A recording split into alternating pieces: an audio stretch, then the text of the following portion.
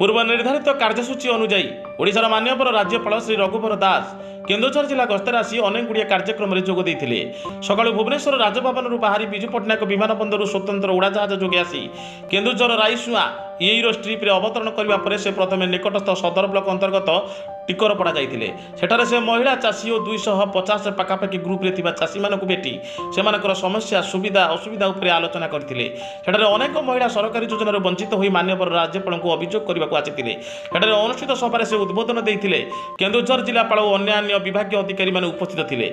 या पर से सड़क जोगे केन्दुझर सदर हलदिया टांगरी गाँव अंगनवाड़ी केन्द्र को जाइथिले। सेठारे से अभिभावक और अंगनवाड़ी केन्द्र कर्मी सह मिशिथिले। पोषण योजना किपरि लागू होउछि अनुध्यान करथिले। सेठारे तांको शंखहुळहुळी ध्वनि स्वागत करा जायतिला। मान्यवर राज्यपाल को उपस्थित जनता अभिभावक और अंगनवाड़ी कर्मी मान उद्बोधन दे विभिन्न परामर्श देते। आजिर शिशु कालीर भविष्य तेणु से उपयुक्त पोषण निहाती आवश्यक। सरकारी योजना करिसेंति हेले जनसाधारण सहयोगितार यार सुफल मिल। जन्मदिन और विवाह वार्षिक पालन बेले किसी फल और मिठा चॉकलेट आनी निकटस्थ अंगनवाड़ी केन्द्र दे पुण्य करने को से आह्वान देते। लोकों से पचारि बुझीते कि आवास घर और भत्ता पाउछ कि नहीं, किंतु बहुत वृद्धा वृद्धि सेठारे आवास घर पाई नथिबा अभियोग करथिले। या पर से सेठारे निकटस्थ टांगर पलसा ग्राम को जाई प्रधानमंत्री स्वरोजगार योजनार हिताधिकारी सह मिशिथिले। एही कार्यक्रम पर नरणपुर जाई सिलाई शिक्षा हॉल को जाइथिले एवं विभिन्न स्वयं सहायक गोष्ठी महिला सह आलोचना करथिले। एतिसह बड़ी तैयारी फेडरेशन कोर मेंबर को कथबार्ता होइथिले। एटारे प्राय 200 ऊर्ध्व महिला आलोचना भाग नहीं। तत्पर से बक्सी बारिगा प्राथमिक स्वास्थ्य केन्द्र को जाई डाक्तर रोगी आशाकर्मी और स्वास्थ्य कर्मचारी सहित आलोचना करथिले। ए कार्यक्रम सारी से केन्दुझर सर्किट हाउस फेरी मध्याह्न भोजन करी पुणी अपराह्न 3टा पर केन्दुझर राष्ट्र देवता श्री बलदेवजू मंदिर जाई दियो दर्शन करथिले। सेठारु घटगाँ माँ तारिणी मंदिर को दर्शन लगी जाइथिले। दर्शन सारी घटगाँ कार जोगे ढिंकीकोट पाटना साहारपड़ा दे बारीपदा जाइथिबा जणा जाइछि। मोर नाम नवघन बेहरा महादेवजोड़ा पंचायत टिकरपड़ा गाँव में घर। आज राज्यपाल आसी चाषी मान कौन कौन सब उद्बोधन रखते? आमर जो राज्यपाल आसी टिकरपड़ा गाँव को आमर केवल से केंद्र सरकार सब योजना विषय उपस्थापना कर सब जिन गुड़ा भी टेक्निक कहले आम लोक मैंने चाषी मैंने एपर्यंत जापना जे केंद्र सरकार जो योजना गुड़ा अच्छी से साधारण चाषी मानकर केते उपकृत होगा उचित। जो डीएमएफ फंड आम माइनिंग खनिज संपत्तिर जो पैसाटा अच्छी तार परसेंटेज हिसाब से कहले प्रत्येक जिले में डीएमएफ फंडा डिस्ट्रिक्ट मैनुअल फंड जोटा तार 30% से जिले ही खर्च होगा कथा। किंतु से बाबद में आमको कौन सरकारी कर्मचारी आम कृषि विभाग कौन तरफ लोक सचेतनता करना जापना। तापर चाष कथा आमर टिकरपड़ा गाँव में प्रायतः सबू परिवार लोक मैंने अल्प बहुत जार जी जमी परिमाण चाष उपर ही निर्भर कर। आज पर्यंत सरकार बेसरकारी समस्त सहायता जेकोसी एनजीओ संस्था भी काम कर बेसरकारी प्रशासन विभाग सब अफिसर मान लिखित आकार में मौखिक आकार चाषी मैंने आमर कहते कि तार कौन पदक्षेप ना।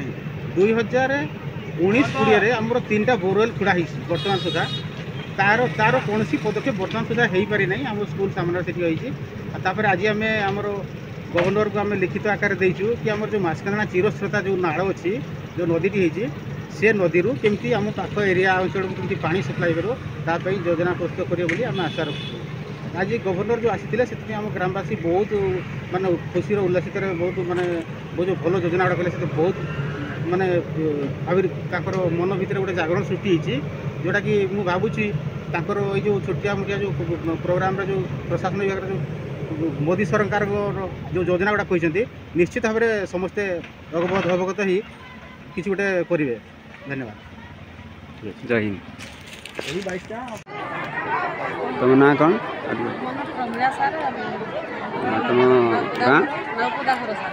तुम आज जो राज्यपाल आसी महिला मैंने समस्त देखुची महिला मैंने खाली उपस्थित बहुत अच्छी। आज कौ जो राज्यपाल कहले तुम सब किसी अच्छी ना ना चाष विषय कहले से चाष आम पानी सुविधा है चाष ये जो माइनिस एरियाटा पाखरे माइनिस एरियाटा आम चारण चाष तो चाष तापर आहरी कहले जो माने हमर किसान कार्ड कि माने चावल पाउछ कि नहीं तापर जो हाँ ये सब जो अच्छी प्रधानमंत्री को हमर भारत सरकार जो दौरान से सब पाउछ कि नहीं घर भी मिली सर चावल पाउछ ଆଉ ସେମିତି ରାସ୍ତାଘାଟ ନାହିଁ, ସ୍କୁଲ ପାଖରେ କିଛି ସୁବିଧା ନାହିଁ ସାର୍। ଆମ ନାଉପଦାକୁ କିଛି ସୁବିଧା ନାହିଁ, ରୋଡ଼ ରାସ୍ତା ସୁବିଧା ନାହିଁ, ଗାଡ଼ି ଘୋଡ଼ା ସୁବିଧା ନାହିଁ। ନାପଦା ଘର ନାଉପଦା ପଞ୍ଚାୟତ ହେଉଛି ଆମର ମହାଦେବୀଟା, ମାଇନିସ୍ ତଳରେ ଘର, କିଛି ସୁବିଧା ନାହିଁ। ଓଡ଼ିଶା ଖଣି ନିଗମ ତଳେ ଘର, ପୁଣି ଦେଖିଲା ବେଳକୁ ସବୁ ସମସ୍ୟା ଲାଗି ରହିଛି, କିଛି ସମସ୍ୟା ଦୂର ହେଉନି। ମାଇନିସ୍ରେ କାମ ନିଜର ଖୋଲିତେ କହିଲା ବେଳେ ସେମାନେ ମାରପିଟ କରି ଥାନାରେ ପୁରେଇ ଦେଉଛନ୍ତି। ଆମେ କ'ଣ ସୁବିଧା କ'ଣ ନେଇ ମୁଁ ଯୋଗାଯୋଗ କରିକି ସେଠି ସୋଲାର ବୁଝିବାକୁ ପକାଇଥିଲି, କିନ୍ତୁ ସେଟା ସକ୍ସେସ୍ ହେଇପାରିଲାନି।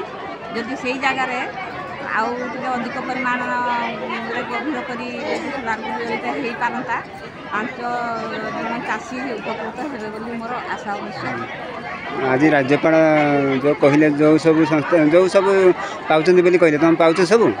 ନା ସାର୍, ସବୁ ପାଇପାରୁନାହିଁ, ଅଳ୍ପ କିଛି ପାଇପାରୁଛୁ। ଯେଉଁମାନେ କି ନଦୀ ପାଖ ଜମିରେ ଅଛନ୍ତି, ବିଲବାଡ଼ି ଅଛି, ସେମାନେ ହିଁ ଉପକୃତ ହେଇପାରୁଛନ୍ତି।